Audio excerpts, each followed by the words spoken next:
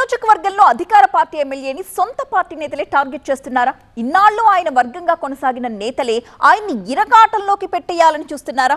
ఆయన అండతో ఎదిగి కార్పొరేటర్లు కౌన్సిలర్లుగా గెలిచిన నాయకులే ఇప్పుడు ఆయనకి కంట్లో నలుసులా మారిపోతున్నారా? గుంపు కట్టి గూడు పుటాని చేయడానికి సిద్ధమైపోయారా? ఇవన్నీ ముందుగానే పసిగట్టిన ఆ ఎమ్మెల్యే అలర్ట్ అయ్యారా? తన వ్యూహంలో భాగంగా విడిపోతే పడిపోతాం, కలిసుంటే కలదు సుఖం అంటూ ఐక్యతారాగం అందుకున్నారా? అయినా సరే తోక జాడిస్తామనే నేతలకి తనదైన స్టైల్లో గట్టిగానే వార్నింగ్ ఇచ్చారా? ఇప్పుడు అక్కడంతా సెట్ అయిపోయినట్టేనా? ఇంతకీ టార్గెట్ పాలిటిక్స్ పంచాయతీ జరుగుతోంది ఎక్కడ? ఎవరా ఎమ్మెల్యే?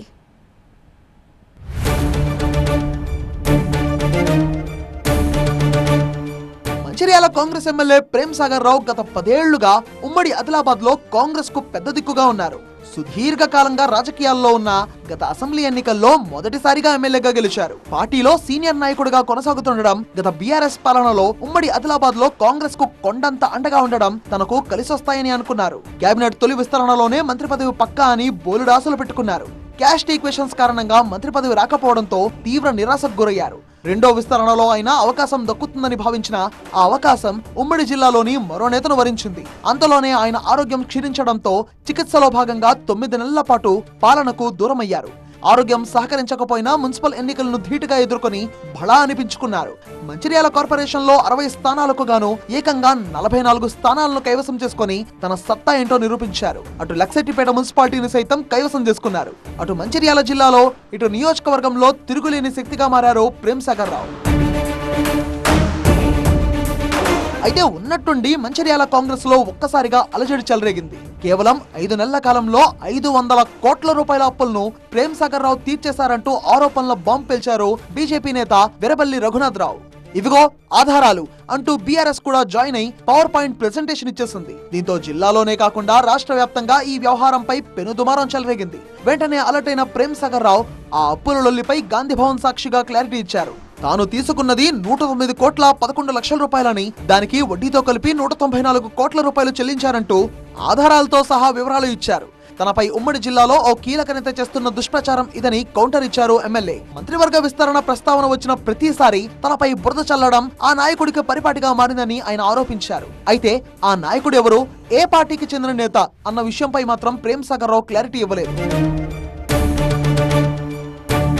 ఆరోపణల బాంబు పేలాక మంచిర్యాల కాంగ్రెస్ లో కుదుపులు మొదలయ్యాయని సమాచారం. ప్రేమ్ సాగర్ అండతో గెలిచిన కొందరు కార్పొరేటర్లు గ్రూపుగా ఏర్పడి ఎమ్మెల్యేకు వ్యతిరేకంగా పావులు కదిపేందుకు సిద్ధమయ్యారు అన్న సమాచారం జిల్లాలో హాట్ టాపిక్ గా మారిందట.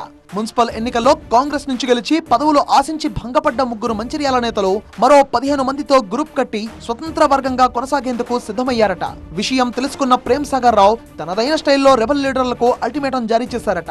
పార్టీకి ప్రభుత్వానికి చెడ్డ పేరు తెచ్చేలా కుట్రలు చేస్తామంటే చూస్తూ ఊరుకునేది లేదు. ఐక్యంగా ఉంటామంటే పార్టీలో ఉండండి, లేదంటే వెళ్లిపోండి. కానీ ఆ తర్వాత జరిగే పరిణామాలకు తనది బాధ్యత కాదంటూ గట్టి వార్నింగ్ ఇచ్చినట్టు తెలుస్తోంది. దాంతో ఆ రెబల్ బ్యాచ్ కాస్త యూటర్న్ తీసుకుని మీ వెంటే మేమంతా అంటూ ఐక్యతారాగం ఎత్తుకుందని టాక్.